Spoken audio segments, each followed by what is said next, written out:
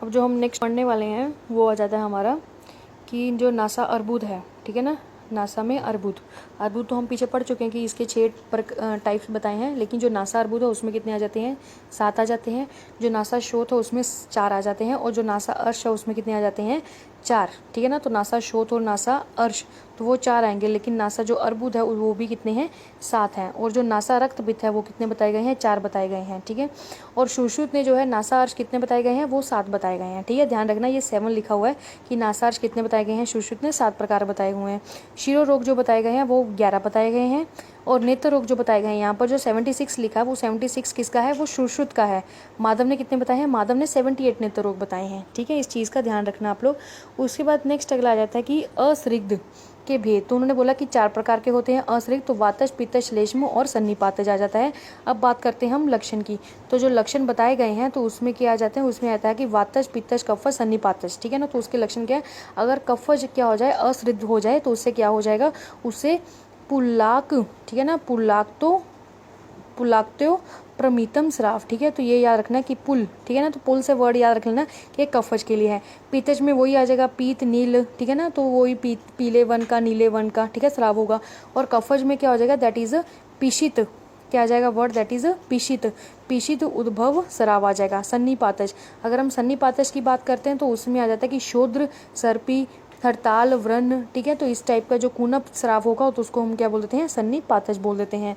Next अगला आता है योनि व्यापाद। तो याद रखना कि जो प्रमेय भी है वो भी क्या है, सभी ने एक बीसी बताए हैं, वैसे योनि जो व्यापाद है वो भी क्या है, बीसी बताए हैं। नेक्स्ट अगला आता है योनिकंद। तो योनिकंद उन्होंने बोला कि योनिकंद जो होता है वो कैसे होता है, तो कैसी आकृति होती है, तो निकुच आकृति, ठीक है ना, सन्निभम होता है, सनिभम होता है। इसके जो योनिकंद है उसके भी कितने बताए हैं, 4 बताए हैं। असृग के भी 4 और योनिकंद के भी 4 हैं, दोनों के सेम है। वातज, पित्तज, कफज, सन्निपातज आता है। तो वातज में आता है कि रूक्ष, विवर्ण, स्फुटित, ये जानने में कोई इतना होगा नहीं। उसके बाद पित्तज में भी दहा, राग और ज्वर युक्त, ये भी आप लोग पहचान लोगे। लेकिन प्रॉब्लम कहाँ आएगी, श्लेष्म।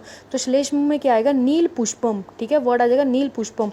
अकेला नील रहेगा तो थोड़ा सा एक अलग रहता है, लेकिन यहाँ पर आ गया नील पुष्पम प्रतिकाशम, ठीक है, क्या आ जाएगा, नील पुष्पम प्रतिकाशम। तो ये किसका भेद आएगा, ये योनिकंद का भेद आ जाएगा। नेक्स्ट अगला आ जाता है हमारे पास सन्निपातज। तो उन्होंने बोला सर्व लक्षण युक्त जो होता है वो होता है सन्निपातज होता है। नेक्स्ट अगला आता है स्तन रोग। तो स्तन रोग कितने बताए गए हैं, 5 बताए गए हैं। तो वातज, पित्तज, कफज, सन्निपातज और शतज आ जाता है।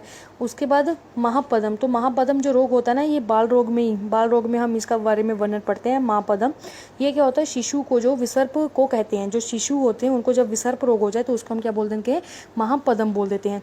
इसमें होता क्या है कि इसमें एक आता है कि वस्ती शीर्ष है। अब ये क्यों बोला गया है वर्ड वस्ती शीर्ष, ऐसे वर्ड बोला गया, तो उसका क्या होता है कि वस्ती प्रदेश से सिर में होने वाला और त्रिदोष विकार होता है। मतलब वस्ती से लेके सिर प्रदेश तक वो रहेगा, नीचे नहीं जाएगा, वस्ती प्रदेश से सिर तक ही रहेगा। और ये क्या होता है, त्रिदोष विकार माना गया, मीन्स इसमें वातज, पित्तज, कफज तीनों ही पाए जाते हैं, ठीक है। और ये क्या होता है, ये प्राण को नाश करने वाला होता है, प्राण नाशक बोला गया है। इसके अगर हम लक्षण पे जाएंगे तो लक्षण में क्या क्या बोलते हैं, तो लक्षण में आ जाता है कि शंख नाभ्य, ठीक है ना, शंख आभ्य मीन्स दोनों शंख, हृदय यह अति। इसमें अगर हिंदी में जाएंगे तो उसमें आपको अच्छे से क्लियर होगा कि शंख से लेके हृदय एवं हृदय से लेके गुदा तक क्या होता है, विष प्रण, मतलब कि जो घूमता है उसको हम क्या बोल देते हैं, वही लक्षण बताया हो कि वस्ती से सिर, क्या बोला गया कि इन्होंने डिवीजन कर दिया। शंख इसे टेम्पोरल रीजन होता है, तो क्या बोला कि शंख से हृदय, हृदय से कहाँ जाना है, गुद में जाना है। संप्राप्ति में अगर ये आ जाता है अलग, यहाँ तक आपका जो खत्म हो जाता है महापदम, उसके बाद नेक्स्ट आ जाता है संप्राप्ति। जब हम क्या है निदान पढ़ते तो निदान पंचम पढ़ते तो उसमें संप्राप्ति आता है, ठीक है, निदान, पूर्व रूप, ठीक है ना, उपचय और संप्राप्ति। तो संप्राप्ति के भेद जो होते हैं उसमें डिफ्रेंसिएशन पाया जाता है। जो भेद होते हैं वो कितने हैं, 5 प्रकार के बताए गए। लेकिन जो सुश्रुत हैं, जो चरक है उन्होंने कितने बताए हैं, 5 प्रकार के बताए हैं, 6 प्रकार के बताए हैं। तो पहले 5 प्रकार के जो माधव है वो देख लेते हैं। उसमें आता है सांख्य, विकल्प, प्राधान्य, बल, काल, विशेषता, चर, गोत्र, विधि, संप्राप्ति नहीं मानेगी। मीन्स क्या है, विधि नहीं मानी गई है। विधि किसने मानी है, सिर्फ चरक ने ही मानी है। मीन्स कि यहाँ लिखा है कि वाग्भट और माधव ने कितने हैं, 5 प्रकार के सन्नी माने हैं, संप्राप्ति माने हैं, और चरक ने कितने हैं, 6 आ जाते हैं। तो 6 में क्या आता है, पंच प्लस विधि आ जाते हैं, ठीक है, इस चीज़ का ध्यान रखना। नेक्स्ट जो बताया गया वो ना एक लक्षण है, ठीक है, तो लक्षण इंपॉर्टेंट है। तो उसमें बोला है अगर आपको जो लक्षण है वो ऐसे आ जाए कि मुँह क्या आ जाता है, मुँह दाहो, तो मुहु दाहो मुहु शीतम, मतलब क्या जो है मुहु दाहा करता है और मुंह में शीत करता है, उसको क्या बोल देते हैं, वो किसका लक्षण आता है, वो आ जाता है श्लेष्म पित्त ज्वर आकृति। ठीक है, श्लेष्म पित्त ज्वर आकृति आ जाता है। अगर हम बात करते हैं शने दहा शने पीतम, ठीक है, तो शने अगर वर्ड आ जाए तो मुँह है, तो वो आ जाएगा कि श्लेष्म पित्त ज्वर आ जाएगा। अगर हम शने दहा शने पीत कर रहे हैं, शीत कर रहे हैं, तो उसमें क्या आ जाएगा कि अस्थि संधि शिरा रूजा, तो वो किसके लिए आ जाएगा, वो आ जाएगा सन्निपात ज्वर का लक्षण आ जाएगा। नेक्स्ट अगला आता है कि वात बल्लासक ज्वर जो होता है, तो वो किसने माना है, वो माना है अष्टांग संग्रह ने। उसके बाद प्रलेपक जो ज्वर माना है वो किसने माना है, वो भी अष्टांग संग्रह ने ही माना है। नेक्स्ट अगला आता है अतिसार। अतिसार इंपॉर्टेंट है। अतिसार के क्या है कि हम पढ़ते जो अतिसार होता है ना, वो सभी ने क्या है 6 ही माना, लेकिन क्या है थोड़ा सा डिफ्रेंसिएशन है। आप लोग को पहले ये याद रखना है कि वातज पित्तज कफज सन्निपातज शोकज और ठीक है शोक, तो ये क्या है, ये टोटल 5 ये तो याद करने ही करने। कौन कौन से आ जाए, वातज पित्तज कफज सन्निपातज और शोक, ठीक है ना, शोकज, तो ये कितने हैं 5 हमें याद हो गए हैं। अब छठा जो है वो सभी में डिफरेंस आ जाता है। अब आपको क्या वर्ड याद करना है, दैट इज़ अ साम। एक होता है ना साम और निराम। साम का मतलब क्या होता है, जिसमें आम प्रेजेंट होता है, और निराम का मतलब क्या होता है, जिसमें आम प्रेजेंट नहीं होता। तो हमने क्या वर्ड याद रखना है, साम। तो स आम, तो स आम मीन्स उसमें आम प्रेजेंट होगा, ठीक है ना, मतलब उसमें आमज होगा। और इसके साथ हम क्या याद कर सकते हैं, स और म। तो स से आएगा शुश्रुत और म से आ जाएगा माधव, ठीक है। तो माधव और शुश्रुत ने क्या है जो 6 प्रकार बताए, तो उसमें क्या बताया गया है, आमज बताया गया है। लेकिन चरक ने जो 6 प्रकार के बताए उसमें क्या बताया गया है, भेयज। बाकी सब सेम है, वातज पित्तज कफज सन्निपातज शोकज और प्लस क्या हो जाता है भेयज, उसमें आ जाएगा आमज। और जो षाडंगधर है उन्होंने क्या है, उन्होंने जो बताए गए हैं तो उसमें उन्होंने टोटल जो बताए गए हैं 7 बता दिए गए हैं, 7। तो उन्होंने क्या किया, आमज भी ले लिया और भेयज भी ले लिया, समझ गए ना। 5 तो वो ही रहे, लेकिन बाकी चारों ने क्या किया, एक एक लिया, किसी ने आम लिया, किसी ने भेय लिया। तो जो लेकिन षाडंगधर है उन्होंने कितने बताए हैं, उन्होंने दोनों बता दिए, तो इसलिए टोटल जो बनता है वो कितना बन जाता है 7, ठीक है। नेक्स्ट अगला आता है कि अगर आम जो है वो त्रिदोषज हो जाए, क्या हो जाए, जब वो अगर वो त्रिदोषज हो जाए तो क्या होगा, दैट इज़ अ वराह स्नेह मास अंबु सदृश्य। तो कैसा हो जाएगा, वराह स्नेह की तरह हो जाएगा। अगर हम अगर क्या शोकज की वजह से अतिसार हो जाए तो कैसा दिखेगा, दैट इज़ अ कानकंती प्रकाशम निर्गंधे व गंतव व अतिसारा असाध्य। अब असाध्य अतिसार कब माना जाएगा, जब क्या होगा, पक्व जाम्बू के तरह वो दिखेगा।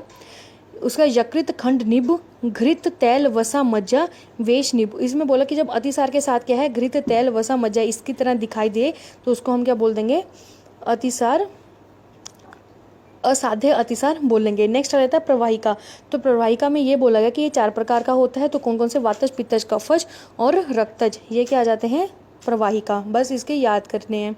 नेक्स्ट अगला आता है ज्वर अतिसार। तो ज्वर अतिसार का जो वर्णन बताया गया है तो वो क्या बताया गया है, उसमें आ जाता है, तो उसमें क्या बताया गया कि वातज अतिसार होता है, ठीक है ना, एक हो जाता है मूत्र अतिसार, एक होता है वातज अतिसार। तो जो ज्वर अतिसार होता है वो किसने बताया है, वो बताया है माधव ने, ठीक है। और जो मूत्र अतिसार है ये हम कहाँ पढ़े थे, ये हम सोम रोग था, ठीक है ना, सोम रोग किसने बताया था, भाव प्रकाश ने, तो वहाँ हम पढ़े थे। तो ऊपर वही लिखे है कि भाव प्रकाश में मूत्र अतिसार के बारे में बताया गया है, और ज्वर अतिसार में क्या है, जो ज्वर अतिसार है वो किसने बताया है, माधव निदान ने बताया गया है। नेक्स्ट अगला आता है ग्रहणी। ग्रहणी जो होती है वो 4 प्रकार की होती है, तो उसमें क्या था, वातज पित्तज कफज सन्निपातज, ठीक है। अब ग्रहणी जो होती है वो 2 में चली जाती है, एक तो सग्रहणी होता है, एक आ जाता है घटी यंत्र ग्रहणी आ जाता है। अब आ जाता है सग्रहणी। तो सग्रहणी क्या होता है कि पक्षान मास 10, तो इसमें क्या है, अगर 10 दिन 15 दिन और 1 मास तक प्रतिदिन इसका प्रकोप रहता है, मीन्स क्या है, अच्छे से आपका मोशन नहीं हो पाते हैं कि 10 दिन 15 दिन और 1, बस ये याद रखना कि संग्राही और घटी यंत्रग्राही में क्या फ़र्क है।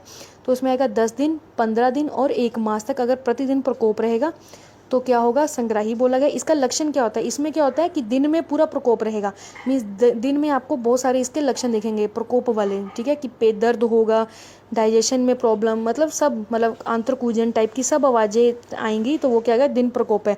इसका जो मेन लक्षण आपने याद करना है कि दिन प्रकोप है भवंती रात्र शांते, मतलब कि रात की को होता है शांत हो जाता है रोग। इसका नेक्स्ट क्या बताया गया है, दुविज्ञानो दुष्चिकित्सा चिरकाल अनुबंधी। तो इसमें बोला गया कि ये क्या होता है, ये तो पहले तो इसकी जो चिकित्सा बताई गई है वो क्या बताई गई है, दुष्चिकित्सा, ठीक है ना, क्या बताई गई है, दुष्चिकित्सा। तो याद रखना है कि ये क्या है, दुष्चिकित्सा के बारे में बताया गया है। और ये क्या है, ये लंबे समय तक ये चलने वाली डिजीज़ होती है, ठीक है ना, चिरकाल, ठीक है। उसके बाद नेक्स्ट अगला था घटी यंत्र। तो घटी यंत्र ग्राही क्या होता है, तो उन्होंने बोला कि बालकों में जो ग्रहणी होता है वो साध्य मानी गई है, युवकों में कितनी बताई गई है कृत साध्य, और वृद्धों में कितनी आ जाती है असाध्य मानी गई है। ठीक है, नेक्स्ट अगला था अर्श रोग। तो अर्श रोग के बारे में वर्णन करते हुए उन्होंने बोला है कि जो वातज, अर्श रोग कितने होते हैं 6 प्रकार के होते हैं। तो वातज, पित्तज, कफज, सन्निपातज, शून्य। इन्होंने क्या बोला, रक्त ना बोलकर इन्होंने क्या बोला, शून्य वर्ड बोला। ठीक है ना, तो और क्या आ जाता है सहज, मीन्स बाय बर्थ उनको हो जाए तो उसको क्या बोल देंगे सहज। ठीक है, जो पेरेंट से आ जाए या फिर ठीक है ना, तो वो चीज़ जेनेटिकली आ जाए तो वो हो जाता है सहज। तो सुश्रुत ने क्या है, सुश्रुत ने भी कितने माने हैं 6 ही माने हैं। अब बात करते हैं हम वातज अर्श की। तो वातज अर्श में क्या क्या बोला है, तो वातज अर्श में उन्होंने बोला है कि बम्बी खजूर, किसकी तरह, खजूर की तरह, और कपासी फल। ठीक है, कपासी फल और कदम्ब पुष्प। ठीक है, इससे अगर दिखते हैं, मतलब इस तरह की चीज़ों की आकृति में दिखते हैं तो वो क्या हो जाते हैं, वातज अर्श आ जाते हैं। क्या आ जाते हैं, वाते अर्श आ जाता है। नेक्स्ट अगला आता है पित्ते अर्श। तो पित्ते अर्श में क्या है, शूक जीवा, मतलब किस तरह दिखेगा, शूक की जीवा। तो शूक जीवा यकृत खंड जो लोको, ठीक है ना, वक्र सन्निभा। ठीक है, जो श्लेष्म होगा तो उसमें आएगा ककीर, पन अस्थि, गोस्थन, संभिवा। ठीक है ना, सनिभा। तो इसमें बोला गया है, ये कोटेशन याद रख लेना कि ककीर काट के दगा दे गया, ककीर काट के दगा दे गया। तो ककीर से तो ककीर हो गया। ठीक है, अब क्या आ गया, काट, तो कट फल। ठीक है, काट से आ जाएगा कट फल। कट फल को क्या बोलते हैं, यहाँ लिखा है कि जो कट फल होता है उसको बोल देते हैं पन अस्थि। क्या आता है, पनस अस्थि आ जाता है। क्या आ जाता है, पनस अस्थि। दगा, तो दगा इज द द्राक्षा, तो द्राक्षा को हम क्या बोल देते हैं, दैट इज गोस्तन, इसके पर्याय हैं। ठीक है ना, तो ककीर, पन अस्थि, गोस्थन, सन्निभा। ठीक है, अब रक्त अर्श हो जाए तो वट। ठीक है, क्या जाता है, वट परोह सदृश्य, वट परोह सदृश्य, गुंजा, विद्रुम, सन्निभा। ठीक है, उसके बाद अगर हम बात करेंगे इसके रोगी की, जो रक्त अर्श वाला होता है, मीन्स उसमें क्या ब्लीडिंग हो रही है। ठीक है, तो उसमें क्या होता है, उसमें आ जाता है दैट इज़ बेकाब। बेकाब मीन्स क्या होता है, मेंढक। ठीक है ना, मेंढक की तरह क्या हो जाता है, हीन वर्ण वाला हो जाता है। बल उत्साह क्या हो जाता है, हत्योज्या, मतलब क्या है कि बल वन में क्या है, हानि हो जाती है। नेक्स्ट आएगा कि लिंग, नासा, अक्षी, कर्ण में भी अर्श की उत्पत्ति मानी गई है। ये ध्यान रखना कि अर्श उन्होंने कहाँ कहाँ माना, उन्होंने लिंग मीन जेनेटिकल ऑर्गन्स में भी माना है, नासा में, अक्षी में भी, ठीक है ना, आँख में भी, और कान में भी अक्षी रोग माना गया है। नेक्स्ट आ जाता है कि नाभिगत जो अर्श होता है, नाभिगत भी माना है। ठीक है, नाभि में भी, तो नाभि में भी अगर वो अर्श मानते हैं तो उसको क्या उसका जो स्वरूप होता है वो कैसा होता है, गंडुपद क्रीमवत। ठीक है, ये याद रखना, क्रीमीवत, गंडुपद क्रीमीवत। तो ये किसने, सुश्रुत ने भी ऐसे ही माना है। नेक्स्ट अगला आता है चमकील। तो चमकील जो दोष होते हैं, ठीक है, चमकील हम किसको, मंसूरिका को क्या बोल देते हैं कि चमकील भी बोला गया है। ठीक है ना, तो चमकील में दोष जो होते हैं वो कौन कौन से होते हैं, व्यानवायु और श्लेष्मा। ठीक है ना, जो वायु होती है 5 प्रकार की, तो उसमें क्या है, व्यान वायु प्लस श्लेष्मा। अब बात करेंगे हम अजीन की। तो अजीन जो होते हैं वो 6 प्रकार के बताए गए हैं। उसमें क्या रहता है, आमाजीन, विदग्ध अजीन, विष्टब्ध अजीन, रस शोषे अजीन, दिन पाकी अजीन और प्राकृति अजीन। ठीक है, अब इसमें क्या है, अब ये वात पित्त कफ ही तो है। देखो वात में क्या रहता है, विष्टब्ध, मतलब इसमें क्या है, वात दोष की प्रेजेंस होती है, विदग्ध में पित्त दोष की हो जाती है, और आम में कफ दोष अजीन हो जाता है। उसके बाद नेक्स्ट अगला आता है रस शोषे अजीन। ठीक है ना, जब क्या होता है, हम खाना खा लेते हैं लेकिन क्या है, हमें फिर भी उसका अजीन नहीं हुआ होता, मतलब हम रस को फिर भी रख लेते हैं, खा लेते हैं। दिन पाकी अजीन। ठीक है, मतलब कि अगर जो और दूसरा क्या रहता है इसमें, जो नेक्स्ट है वो ज़्यादा इंपॉर्टेंट है, दैट इज़ अ प्राकृतिक अजीन। तो प्राकृतिक अजीन एक ऐसा अजीन माना गया जो कि नेचुरली होता है। अब जैसे हमने खाना खाया, जब तक वो खाना पच नहीं जाता है, ठीक है ना, जब तक वो खाना क्या है, पच नहीं जाता है, तब तक क्या है, वो अजीन की स्टेज में आ जाएगा। ठीक है, तो वो क्या है, दैट इज़ अ प्राकृति। और दिन पाकी मीन्स पूरे दिन में वो क्या है, अजीन नहीं हो पाता, तो दैट इज़ अ दिन पाकी अजीन, मतलब 12 घंटे में उसका पचना, खाने का मतलब बहुत लेट है अजीन होना, दैट इज़ अ दिन पाकी अजीन आ जाता है। ठीक है, याद रखना कि जो षाडंगधर है उसने 3 माने हैं, और जो सुश्रुत, वाग्भट, काश्यप, ठीक है, योग रत्नाकर, उसने कितने माने हैं, 4 माने हैं। उसके बाद प्राकृतिक भेद से, तो प्राकृतिक भेद से जो माने गए हैं वो कितने माने गए हैं, 20 माने गए हैं। प्राकृतिक कितनी मानी गई है, क्रीमी जो मानी गई है वो भी 20 मानी गई है। सभी जो है उन्होंने 20 ही मानी है। जैसे कि हम जब चरक पढ़ते तो उसमें ये बढ़ते हैं, दैट इज़ अ पूरक बाहरी, पूरक बाहरी। इसमें होता क्या कि पूरक, तो पू से पुरुष, र से रक्त और क से कफज मीन्स लेश्म, और बाहरी जैसे जूका और पिपली का हम पढ़ते हैं। तो याद रखना कि पुरुष 5 प्रकार का होता है, रक्त 6 प्रकार का, कफज जो होता है 7 प्रकार का, और बाहरी 2 प्रकार का। तो टोटल कुल मिला के कितने बन जाते हैं हमारे पास? 20 बन जाते हैं। तो उन्होंने वही चीज़ इसमें बोली गई है। ठीक है, देखना नेक्स्ट अगला था कि पांडु जो होते हैं वो 5 प्रकार के आते हैं। तो उसमें क्या आता है? वातज, पित्तज, कफज, सन्निपातज और क्या जाता है? मृतिका भक्षण्य। ठीक है ना, मतलब जो मिट्टी खाते हैं उसको भी क्या है? पांडु रोग हो जाते हैं। एक आ जाता है पान्य की लक्षण, तो बोला कि संतप्त और पतले मल की प्रवृत्ति होना। ठीक है ना, मतलब अगर पतले मन की प्रवृत्ति हो रही है और साथ में क्या है कि पीलापन दिख रहा है उसके नेत्रों में, ठीक है, और उसको क्या बोलेंगे? पानी की लक्षण बोल देंगे। नेक्स्ट अगला था कास। तो कास के जो भेद बताए गए हैं वो 5 बताए गए हैं। वातज, पित्तज, कफज, शतज और क्षयज आ जाता है। अब हिक्का के भी 5 बताए गए हैं। उसमें अन्नजा, यमला, शूद्रा, गंभीरा और महती। श्वास, तो श्वास के जो 5 प्रकार के बताए तो उसका एक बताया गया है मेमोनिक है, दैट इज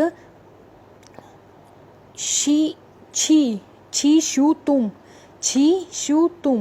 हम बोलते हैं ना कि कोई चीज़ गंदा तो उसको बोला छी, तो छी से याद करना छी शू, मतलब मेरे से दूर चले जाओ, शू तो क्या आ जाएगा? छी शू तुम। ठीक है, तो छी से आ जाएगा हमारा छिन्न, शू से आ जाएगा शूद्र, उसके बाद त से आ जाएगा हमारा तमक, यू से आ जाएगा हमारा ऊर्ध्व, ठीक है, और म से आ जाएगा हमारा महा। ठीक है, तो ये आ गया। स्वर भेद से भी कितने इन्होंने माने हैं? स्वर भेद भी कितने होते हैं? 6 होते हैं। तो वातज, पित्तज, कफज, त्रिदोष, क्षयज और मेध जाता है। अरोचक में क्या बोला कि ये भी 5 प्रकार का होता है। तो उसमें वातज, पित्तज, कफज, सन्निपातज और अगंतुज आ जाता है। नेक्स्ट अगला आता है छर्दी। तो छर्दी कितने प्रकार की होती है? तो वो भी 5 प्रकार की बताई है। तो उसमें कौन कौन से थे? वातज, पित्तज, श्लेष्म, सन्निपातज और अगंतुज आता है। उसके बाद तृष्णा में भी क्या बोला गया कि वातज, पित्तज, श्लेष्म, शतज, क्षयज, आमज और भक्तज। ठीक है ना, तो वो क्या आ जाते हैं हमारे? टोटल 7 बताए गए हैं। लेकिन चरक ने क्या है? उपसर्गज तृष्णा का भी वर्णन किया है। यह याद रखना, उपसर्गज जो जिसने नहीं दिया, सिर्फ एक ने ही दिया है, तो वो स्पेशली याद करना पड़ता है, दैट इज अ उपसर्गज तृष्णा। ठीक है, नेक्स्ट क्या बोला गया? नेक्स्ट में बोला गया कि मूर्छा, जो मूर्छा होती है वो 6 प्रकार की बताई गई है। वातज, पित्तज, कफज, शोणित, मध्यज और विषज। ठीक है, जो सन्निपातज मूर्छा होती है उसका लक्षण क्या है? अपस्मार में बताया गया है, अपस्मार के समान लक्षणों में बताया गया है। उसका जो मद होता है, अब मद की क्या होती हैं? अवस्थाएं होती हैं, 3 स्टेजेस 4 स्टेजेस। जो माधव है उसने कितनी स्टेजेस बताई हैं? 4 अवस्थाएं बताई हैं। लेकिन चरक, सुश्रुत ने कितनी बताई हैं? उन्होंने 3 स्टेजेस बताई हैं।